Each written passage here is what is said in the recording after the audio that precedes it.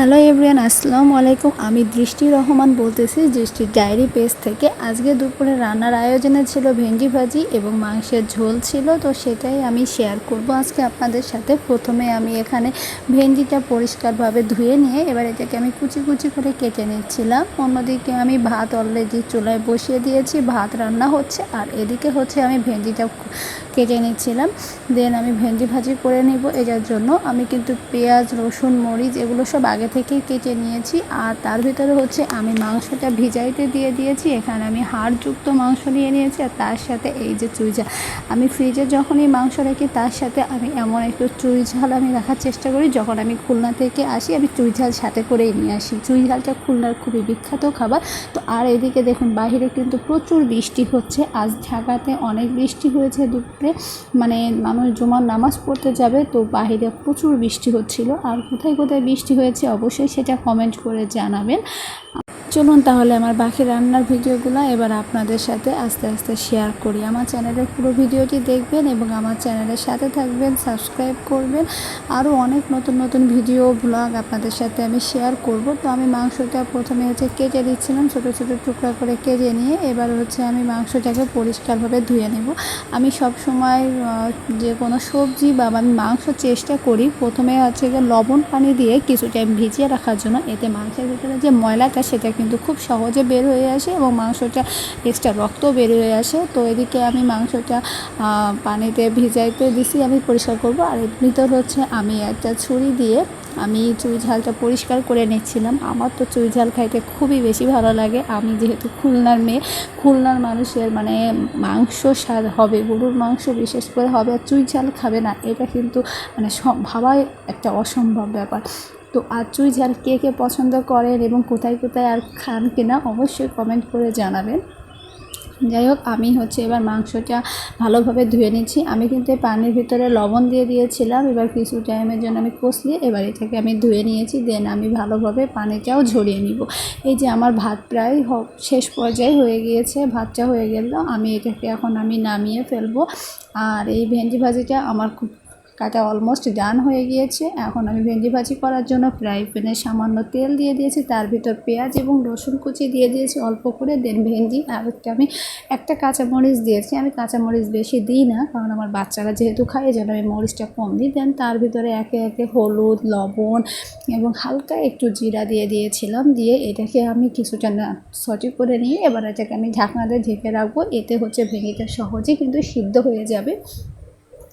আমি এদিকে ভেন্ডিটা ভাজি হবে, তার ভিতরে আমি মাংসের যে প্রসেসিংগুলো আমি ব্লেন্ড করে নেব, সব মশলাগুলো আমি কেটে নেব, প্রস্তুত করে নেব। তার ভিতর হচ্ছে সংসারে টুকটাক যে কাজকামগুলো থাকে সেগুলো সেরে নেব। শুক্রবারের দুপুরটা যেন খুবই ব্যস্তময় একটা দিন, মানে একটু স্পেশাল কোনো খাবার করতে হবে, তার সাথে মানে একটু বাচ্চাদের সময় দেওয়া, মানে ফ্যামিলির যেন বাসায় কাজের প্রেশারটা আরও বেশি পড়ে যায় শুক্রবারে, মানে ও হাজব্যান্ডের রেস্ট আর হচ্ছে ওয়াইফদের হচ্ছে একটু প্রেশারের সময়। তো যাই হোক, ভেন্ডি ভাজিটা আমার ওইদিকে হচ্ছে, আর এর ভিতর হচ্ছে আমি মাংস রান্না করার জন্য ফ্রাই প্যানে আমি সামান্য তেল দিয়ে এর ভিতর কয়েকটা মৌরি দানা দিয়ে দিয়েছি। দেন এখানে আমি আদা, রসুন এবং হচ্ছে পেঁয়াজ আমি ব্লেন্ড করে নিয়েছি সেটা দিয়ে দিচ্ছি। দিয়ে এটাকে আমি কিছুটা ভালোভাবে কষিয়ে নিব। আর হচ্ছে ব্লেন্ডারের ওই পাত্রের ভিতরে কিছু মশলা লেগেছিলো বিধায় আমি পানি দিয়ে এটা ধুয়ে দিয়েছি। দেন এর ভিতরে একে একে আমি হলুদের গুঁড়া, মরিচের গুঁড়া, জিরার গুঁড়া, লবণ, ধনিয়া গুঁড়া সব কিছুই দিয়ে দিয়েছি। দিয়ে এটাকে আমি মশলাটা ভালোভাবে আমি প্রথমে কষিয়ে নেব। দেন মশলা যখন ভালো মতন কষে যাবে, হালকা তেল ফুটে উঠবে আমার, তখন তার ভিতরে আমি মাংসগুলা দিয়ে এটাকেও ভালোভাবে নাড়িয়ে চাড়িয়ে এটাকে একদম লো আছে আমি ঢাকনা দিয়ে ঢেকে রেখে দেবো যত সময়টা পর্যন্ত এর পানিটা বের হয়ে পানিটা আবার কমে যায়। আর আমি সব সময় চেষ্টা করি হচ্ছে লো আঁচে রেখে মাংসটা রান্না করার, এতে মাংসের টেস্টটা আমার কাছে বেশি ভালো লাগে। আমি অন্যদিন বিশেষ করে হচ্ছে আমি প্রেশার কুকারে রান্না করি, কিন্তু শুক্রবারের দিনটা আমি একটু চেষ্টা করি স্পেশালভাবে করার জন্য, সেজন্য আমি প্রেশার কুকারে রান্না করব না। আমার কাছে মনে হয় এইভাবে রান্না করলে আমার কাছে বেশি ভালো লাগে। তো যাই হোক, এই যে আমার মাংসের থেকে দেখুন পানি কিন্তু অলমোস্ট একদম শুকিয়ে গিয়েছে। এবার মাংসটা আমি আরেকটু ভালোভাবে কষিয়ে নিচ্ছি। এই যে এবার এর ভিতরে আমি আলু, রসুন এবং হচ্ছে চুই ঝাল যেটা কেটে রাখছিলাম সেগুলোও দিয়ে কিছু টাইমের জন্য কষিয়ে নিয়ে এর ভিতরে আমি পানিটা গরম করে নিয়ে দিই। কারণ মাংস যখন কষানোর পরে যদি আপনি ঠান্ডা পানি দেন সেক্ষেত্রে কিন্তু মাংসটা আবারও শক্ত হয়ে যায়, সিদ্ধ হতে একটু সময় লাগে। তো সব সময়ের জন্য চেষ্টা করবেন মাংস কষানোর পরে মুরগির মাংস হোক বা গরুর মাংস হোক বা মাটন হোক, সবসময় চেষ্টা করবেন গরম পানিটা দেওয়ার, এতে মাংসটা হচ্ছে সহজে সিদ্ধ হয়ে যায় আর খেতেও ভালো লাগে।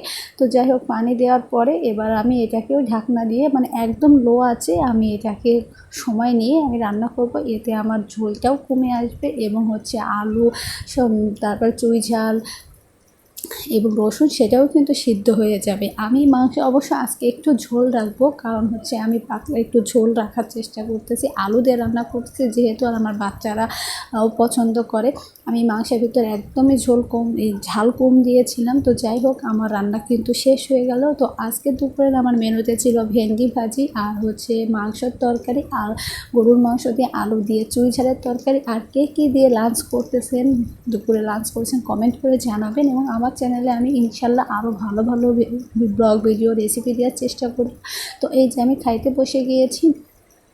এটা হচ্ছে আলু দিয়ে বেগুনের আর মাছের একটা তরকারি ছিল, আমি সেটাও খাচ্ছিলাম। তার সাথে হচ্ছে এবার আমি মাংস নিয়ে বসবো। আমি ভেন্ডি ভাজিটা দুপুরে খাই নাই, কারণ আমার এই তরকারিটা দিয়ে খাওয়ার পরে পেটটা অলমোস্ট ভরে গেছিলো। আর ভাবলাম অল্প করে একটু গরুর মাংস দিয়ে ভাত খাই। আমি গরুর মাংস দিয়ে বেশি ভাতও খাই নাই, আমার ওই তরকারিটা দিয়েই যেন বেশি ভালো লাগছে, খেয়ে ফেলছিলাম বেশি ভাত। তো যাই হোক, আমি নতুন নতুন ভিডিও পেতে আমার চ্যানেলের সাথে থাকবেন এবং চ্যানেলটি সাবস্ক্রাইব করবেন। আর যদি ভিডিও ভালো লাগে অবশ্যই একটা লাইক করবেন, একটু কমেন্ট করবেন। আর সকলে ভালো থাকবেন। আমি প্রতিদিন আপনাদের সাথে নতুন নতুন ভিডিও শেয়ার করার চেষ্টা করব। এবার হচ্ছে আমি গরুর মাংসটা দিয়ে খেয়ে নেব। বিশ্বাস করেন আমি চুই ঝাল আর হচ্ছে রসুনের এত বড় ফ্যান।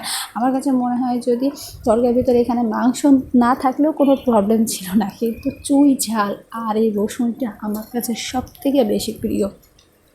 মানে খুলনার মানুষরাই বুঝবে যে চুই ঝালের মর্মটা কি, যারা যারা খেয়েছে চুই ঝাল তারাই বুঝবে। তো যাই হোক, আমি প্রথমে লেবু চিপে নিয়েছিলাম, নিয়ে এবার ফার্স্ট বাইটটা নেব। তো বিশ্বাস করেন মাংসের তরকারিটা আসলেই খুব মজা হয়েছিল। বিশেষ করে চুই ঝালের ফ্লেভারটা আর হচ্ছে রসুন দেওয়ার জন্য যেন ফ্লেভারটা আরও বেশি বেড়ে গিয়েছিল। আমি এই যে ভয়েস ওভার দিচ্ছি দেরিতে, আমার এখন এগুলো দেখে আমার আবারও ক্ষুধা লেগে গিয়েছে। বিশেষ করে চুই ঝাল আর রসুনের ক্ষুধা যেন লেগে গিয়েছে। আমাদের খুলনাতে কিছু কিছু হোটেল আছে যেগুলোতে মানে চুই ঝালের জন্য এত বিখ্যাত, যেমন আর হচ্ছে সে আপনার চুই পোস্ততেও কিন্তু চুই ঝালটা খুব মানে জনপ্রিয়। চুই ঝাল বলতেই যেন মানে মাংসের স্বাদটাই দ্বিগুণ বেড়ে যাবে। তো আর কে কে চুই ঝাল খেতে পছন্দ করেন এবং কে কে খেয়েছেন আর কারা কারা খান নাই তারাও কিন্তু কমেন্ট করে জানাবেন। এই যে আমি বাইটটা নিচ্ছিলাম, বিশ্বাস করেন খুব মজা। আমি সাথে কিন্তু রসুন মাখিয়ে নিয়েছিলাম আর হচ্ছে এই যে শসার টুকরো দিয়ে দিলাম। দেন চুই ঝালটা এবার আমি একটু কামড়িয়ে খেয়ে নিচ্ছিলাম। যে কি টেস্ট! আর এই যে হচ্ছে রসুন, মানে ভাতের সাথে মাখিয়ে নিয়েছি, দেন আবারও রসুন খাচ্ছিলাম। আমার কাছে বিশ্বাস করেন আজকে শুক্রবারের মানে আমার গরুর মাংসের থেকে আমার এই রসুন আর এই চুই ঝালটাই সব থেকে বেশি ভালো লাগছে। তো যাই হোক, সকলে আমার চ্যানেলটি সাবস্ক্রাইব করবেন। আর ভিডিও ভালো লাগলে আবারও বলছি একটা লাইক করে সাথে থাকবেন। আমি নতুন নতুন ভিডিও প্রতিদিন দেওয়ার চেষ্টা করব। আর আমার এই দুষ্টু মিষ্টি রান্নার ভিডিও, হাসি খুশি মাখা ভিডিওগুলো, আরও অনেক রেসিপিগুলো দেখার জন্য সকলকে ধন্যবাদ। আর আমার পুরো ভিডিওটি যারা যারা দেখছে তাদেরকে অসংখ্য ধন্যবাদ। তো যাই হোক, আজকের মতন এই পর্যন্ত। সকলে ভালো থাকবেন।